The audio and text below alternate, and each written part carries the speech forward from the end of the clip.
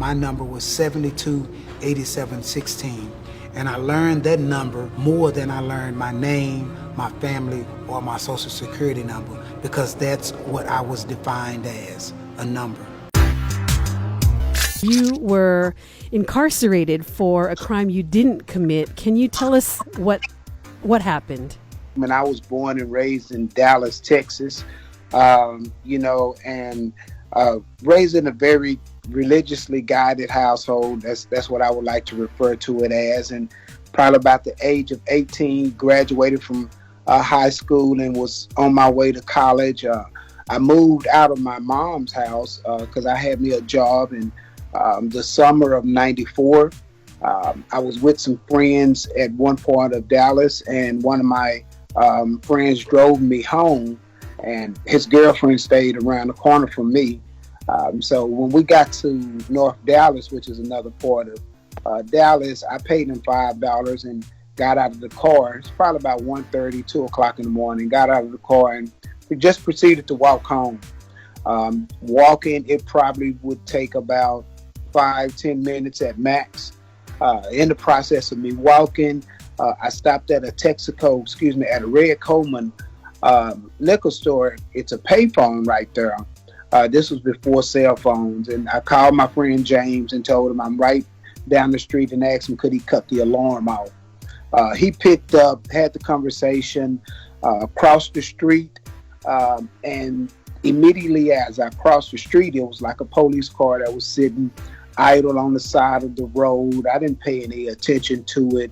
The next thing I know, a police helicopter, I heard it kind of like in the sky, and the light shines on me, and police cars come from everywhere.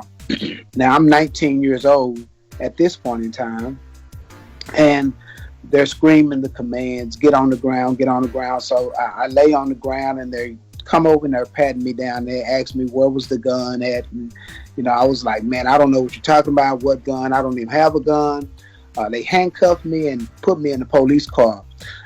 And when they put me in the police car, I'm like telling the police officer, I said, man, my friend Ernest, he just dropped me off. He's right around the corner of his girlfriend's house. I don't know what's going on. It was like, well, when you get downtown, just tell the detective everything and you should be all right. We did not go straight downtown. We made one stop at a gas station where a shooting had happened. And they took me out of the police car, and they was doing some stuff on my hands. I later learned that was a gunshot residue test. Put me back in the police car, took me to the Capers building, or that's Crimes Against Persons, downtown. The detective came in, and I gave the detective phone numbers of Ernest, that's the guy that drove me from Oak Cliff to North Dallas. James, that's who I stayed with. Betty, that was my girlfriend. I was over her house.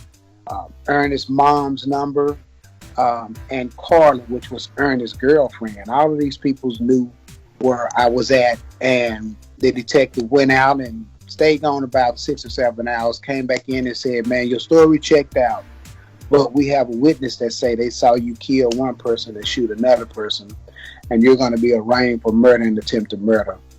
And so at that point in time, I was arraigned on murder and attempted murder, and my bond was set at $350,000. You spent 15 years in prison for a crime you did not commit. Correct. What went through your mind and your heart and your spirit in all of those years?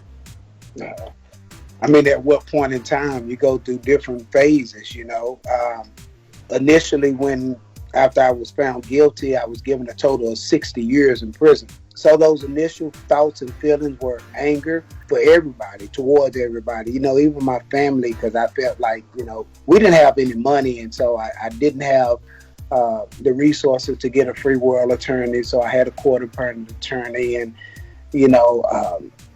so I was kind of upset with my mom, them thinking they could do more, upset with my lawyer, because he was obviously ineffective. The criminal justice system, the prosecutor, I felt like everybody was against me. So anger is an emotion, and eventually that anger turns into thoughts of suicide. So while you're incarcerated, you get to a point to whereas, man, I'm innocent, my mom, they're stressing out, they're spending money on me, so you feel like that's a way out. I think you hit every emotion that a person experiences, but it's your choice what emotion you choose to lay in. And so for me, I chose to always try to gravitate towards hope and faith and so forth. How long did it take for you to get to that point, though? About 11 years in my prison sentence, I turned 30 years old. And it's something about when a man or when an individual turns 30, they kind of take this inventory on their life.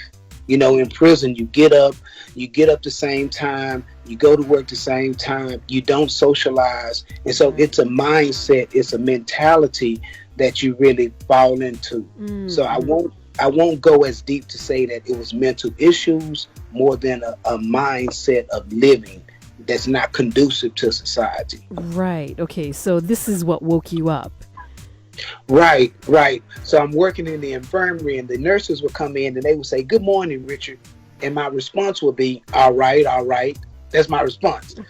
And so they come in, they're looking at me crazy. And so they come in the next day, "Good morning, Richard." I'm like, all right. Because I worked there. I was an SSI, cleaned up. Right. So, this hardcore like exterior. And so this the little short white lady, she say, "Richard, we always say good morning and you never say good morning back." And for the first time, I thought I had never said good morning. You just don't get up and look at your cellie and say, "Hey, good morning, cellie." It's not. It's just another day. You look at your cellie and you're like, "What's up?" "I'm all right. And so that became a norm for me. Spiritually wise, I always had my faith and my hope, etc. Okay. I hit Cofield unit, which is the biggest prison in Texas, maximum security unit, 5,000 men on this one unit. And so when I walk on the unit, they take you to the barber shop, and inside the barber shop, that's kind of the first place you go. They cut your hair, and this guy in there, his name is Benjamin Spencer. Benjamin Spencer cuts hair in the barber shop, and he's asking everybody, where they're from. And I tell him I'm from Dallas. Just so happened Ben is from Dallas. And Ben asked me, what I was in there for. I said, "Man, I'm in here for murder and attempted murder." I said, "Man, I'm innocent." Benjamin Spencer is innocent as well, but he's still in prison. He's been locked up over 30 years. Benjamin Spencer told me, he said, "Man, if you're truly innocent, man, an innocence organization by the name of Centurion Ministries in Princeton, New Jersey is working on my case." He said, "Man, they are really good, man. I want you to write them." He said, "Don't only just write them, also go to the law library, work on your case yourself." So I sit down that night, and it was the first letter that I had ever wrote, but it actually encouraged me that I ran into somebody that was saying that they was innocent too in prison. Because for me, I thought that I was the only person in prison that was innocent. So God just put this man in my life very early to kind of like encourage me. So I sit down that night and I write Centurion Ministries, and they sent me back a very generic letter stating, due to the overwhelming responses, it's going to take us about 10 years for us to actually get on your case. Yeah, I had 60 years, so I wasn't going nowhere. So 10 years, it wasn't anything to that. But that didn't stop my writing. So I constantly wrote. And I ended up going to the law library. 10 years later, after consistently writing Centurion Ministries, they eventually purchased my transcripts, my police records, and that's when they saw this overwhelming amount of evidence that the Dallas Police Department had in their records that was never turned in to jury trial. And this was kind of like the key that started the door to open for me. And this was in 2007, 13 years after I had been incarcerated. October of 2009, I walked out of prison, but I was not fully exonerated. Oh. So my case is the first non-DNA, no confession. It's in the law books, ex parte Richard Miles. It took the Court of Criminal Appeals 2.5 years after I was released before they fully exonerated me. And this is important because I got out and I was still considered as a murderer and attempted murderer. So getting a job, finding a place to stay, I had those same barriers that an individual faces coming out of prison. What were some of the challenges that you faced, after prison and after the exoneration? Yeah, so you got two phases there. So from 2009 to 2012, it was hard. Those years was critical. I was able to move back in with my mom. Keep in mind, my dad had just passed 6 months before I got out. So really not having that father figure on this side of the playing field was challenging. Nobody to really talk to about being a man, taxes, talking to the opposite sex, because in prison you can't talk to a woman in prison. That's a case. And so men really get out with a low self-esteem. Geographically, Dallas had changed. It was no trains when I left. When I got back, trains was everywhere. When I went to prison, it was beepers. When I got out, it was iPhones. So, I mean, everything was a challenge those first couple of years for me. I was blessed to have my mom there as my support system and church members that actually put me to work. So one of the church people gave me an opportunity at the hotel, Hilton Garden Inn. That's where I worked. But for me, I think because I had people in my path, my transition was not as hard because of the resources and really because I accepted the resources. So 2.5 years out, I'm fully exonerated February 2012. And by that time, we lobbied for Texas exonerees to get compensated. And I was compensated, it's public record, $1.2 million for 15 years. Right. But I mean, what is that? That's nothing, you know what I'm saying? And How my do you pay for challenge time? Yeah. Right. Yeah. So my challenge was, how can we take this money and use it to be impactful, something that's going to last? And so that's when we started the organization Miles of Freedom. All right. Tell us about Miles of Freedom. And so we wanted to create an organization that could address reentry from 3 different pressure points: the individual, the family, and the community. And we had to grow into this model. And so that's what we have grown into. We have case managers. Anybody can walk into our office. It doesn't matter if you just walked out of prison or if you've been out 10 years. You can walk into our office. If you need assistance, we're there to help you. We also have a shuttle service that keeps families connected. This is in memory of my dad. My dad made sure my mom came to see me every month. They made sure I had money on my books. And it was because of them that kept me sane and kept me looking for them. So our shuttle service keeps families connected.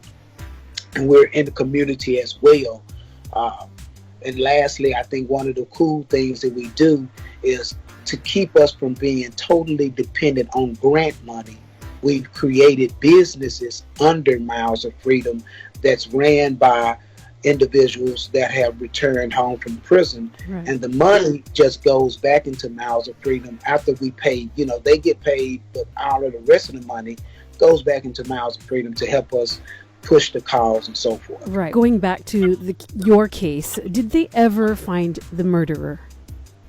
Yeah, that was one of the pieces. That was one of the documents. So the smoking gun that really blew my case out of the water was a police record that was taken months before the jury trial, and it was a girl that called in and told them they had the wrong person on this case. She said her boyfriend had told her that he had did this shooting a year ago. She went into very deep descriptions of the gun, all of this here, and none of this was public record. And she gave the name of the shooter.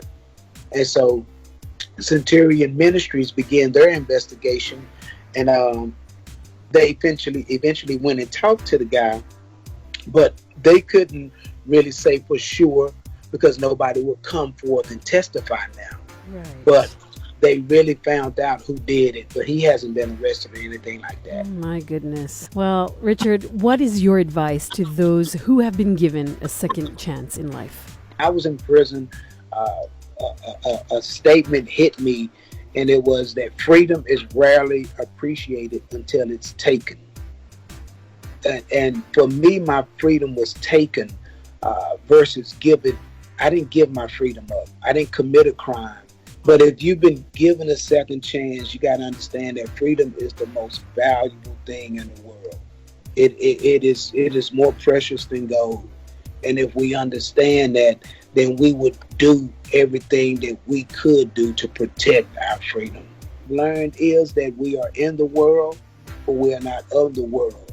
And if we're going through something, we have to have the faith and the patience to understand that we're going to make it through.